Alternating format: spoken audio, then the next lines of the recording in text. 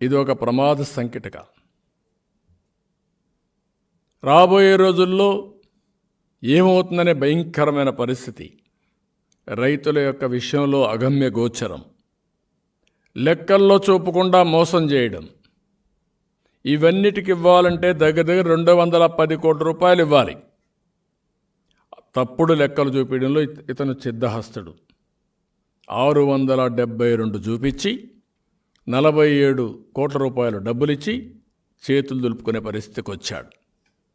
చాలా బాధేస్తుంది. నేను అడుగుతున్నా, 93% రైతాంగం ఆంధ్రప్రదేశ్ రాష్ట్రంలో అప్పుల పాలైపోయారు. ఆ 7 మంది ఎవరన్నా పిల్లలు ఎక్కడన్నా పోయి ఉద్యోగాలు చేస్తూ డబ్బులు పంపించిన వాళ్ళు తప్ప అక్కడ అందరూ అప్పుల పాలైపోయారు.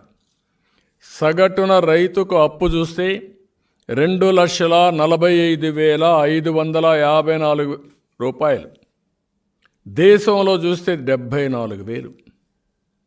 దేశానికి దీనికి చూస్తే 4 టైమ్స్ కంటే ఎక్కువ. ఏ విధంగా రైతు మనుగడ సాధిస్తాడని నేను అడుగుతున్నా. ఈ అప్పుకు కారణం మీరవునా కాదా అని అడుగుతున్నా.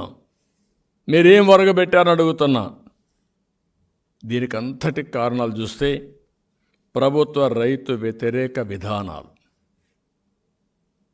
ఎక్కడైనా సరే ఇబ్బందులున్నాయి, కనీసం 1 ఎకరా అమ్మేద్దాం, అప్పన కట్టుకుందాం అనుకుంటే దానికి రేటు కూడా లేదు. విలువ పడిపోయింది. అభివృద్ధి జరిగితే ఆ ప్రాంతంలో భూములకు విలువ ఉంటుంది. ఇరిగేషన్ వస్తే ఆ ప్రాంతంలో ఆ భూమికి విలువ పెరుగుతుంది. ఎక్కడైనా ఒక ఇండస్ట్రీ వచ్చినా, ఒక రోడ్డు వచ్చినా, ఆ రోడ్డు వల్ల ఆ ప్రాంతంలో ఒక నమ్మకం, ఒక ఆశ, దానికి భూమికి విలువ పెరిగే పరిస్థితి వస్తుంది. ఇటీవల కేసీఆర్ రిమార్క్స్ మనం విన్నాం. ఒకప్పుడు ఇక్కడుండే రైతాంగం 1 ఎకరా అమ్మి హైదరాబాద్లో 4 ఎకరాలు 5 ఎకరాలు కొనేవారు. ఇప్పుడు హైదరాబాద్లో 1 ఎకరా అమ్మితే ఇక్కడ 100 ఎకరాలు కొనే పరిస్థితికి వచ్చారు. ఎవరు కారణం దీనికి? ఈ ప్రభుత్వం కారణం అవునా కాదా అని నిలదీస్తున్నా. నీ యొక్క రైతు వ్యతిరేక విధానాలు, రాష్ట్ర వ్యతిరేక విధానాలు, మీ యొక్క అధికారం కోసం వ్యామోహం, దోపిడీ మీద మమకారం రాష్ట్రానికి ఒక శాపంగా మారే పరిస్థితి వచ్చింది. అందుకే మనం ఒకసారి చూస్తే ధాన్యం రైతు ఏంటి పరిస్థితి? గిట్టుబాటు ధర 1,530 రూపాయలు ఇవ్వాలి. కనీసం 1000 రూపాయలు ఇచ్చారా మీరు?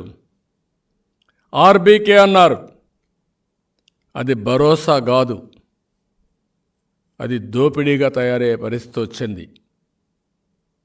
చాలా దారుణంగా వ్యవస్థల్ని పూర్తిగా రివర్స్ గేర్లో నడిపించాడు. వ్యవస్థల్ని పూర్తిగా నిర్వీర్యం చేశాడు.